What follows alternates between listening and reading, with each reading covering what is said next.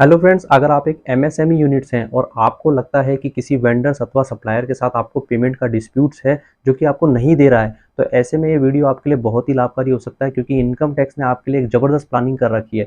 तो आप हमारे वीडियो को देखिए और हम आपको बताएंगे कि आप इस सेक्शंस का प्रयोग करके अपने बकाया पैसों को तुरंत कैसे ले सकते हैं। तो देखिए हमारे वीडियो।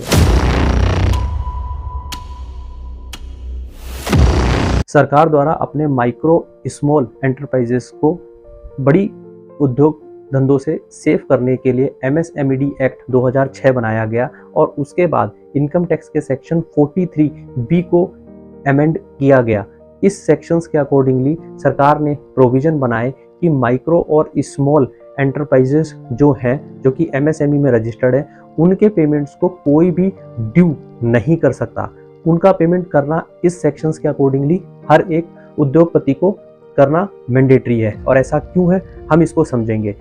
माइक्रो एंटरप्राइजेस वे होते हैं जिनका प्लांट एंड मशीनरी में इन्वेस्टमेंट 25 लाख तक होता है और इक्विपमेंट में जो इन्वेस्टमेंट्स हैं वह 10 लाख तक होता है। और स्मॉल एंटरप्राइजेस वे होते हैं जिनका प्लांट एंड मशीनरी में इन्वेस्टमेंट 25 लाख से अधिक किंतु 10 करोड़ तक होता है।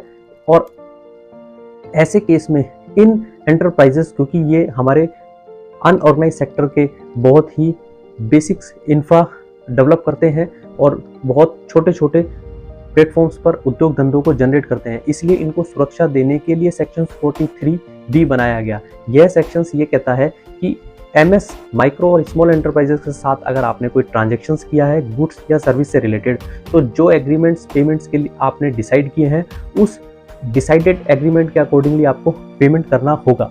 और साथ ही अगर आपने किसी प्रकार का एग्रीमेंट नहीं किया है तो उस गुड्स अथवा सर्विस को लेने के 15 दिन के अंतर्गत आपको पेमेंट करना कंपलसरी है। और ऐसा इस सेक्शन 43 बी ने इम्पाउंड किया है क्योंकि ये सेक्शन ये कहता है कि अगर किसी भी माइक्रो स्मॉल एंटरप्राइजेस का गुड्स या सर्विस से रिलेटेड आपने बड़े कंपनीज या उद्योग धंधों ने पेमेंट नहीं किया है तो उनकी बैलेंस शीट्स में ये एक्सपेंसेस डिसअलाउ हो जाएंगे।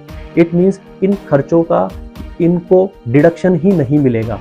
किंतु वहाँ पर सरकार ने इन बड़ी कंपनीज उद्योग धंधों को एक रिलैक्सेशन दिया है कि अगर ये ऐसा पेमेंट अपनी returns as per section 139 subsection 1, जो कि नॉन ऑडिट एसएससी होने पर जुलाई और ऑडिट एसएससी होने पर सितंबर 30 दी गई है, अगर उस तक भी ये पेमेंट ऐसे माइक्रो स्मॉल एंटरप्राइजेस को कर देते हैं तो भी उन्हें वह खर्चा अलाउ हो जाएगा।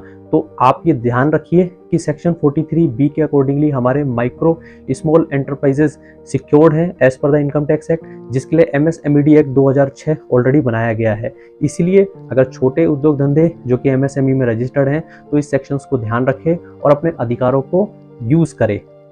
होप सो यह जानकारी आपके लिए सहयोगी होगी। आप हमारे वीडियो को लाइक कर सकते हैं, हमारे चैनल को सब्सक्राइब करें और हमें कमेंट करके बता सकते हैं। हम आपके लिए इसी प्रकार वीडियो बनाते रहें और आपको कोई भी समस्या हो आप हमें उनसे कमेंट करके बताएं, हम आपके लिए पेश करेंगे उसका समाधान। तो आप इसी प्रकार हमारे साथ बने रहिए। वेलकम टू टेक समाचार।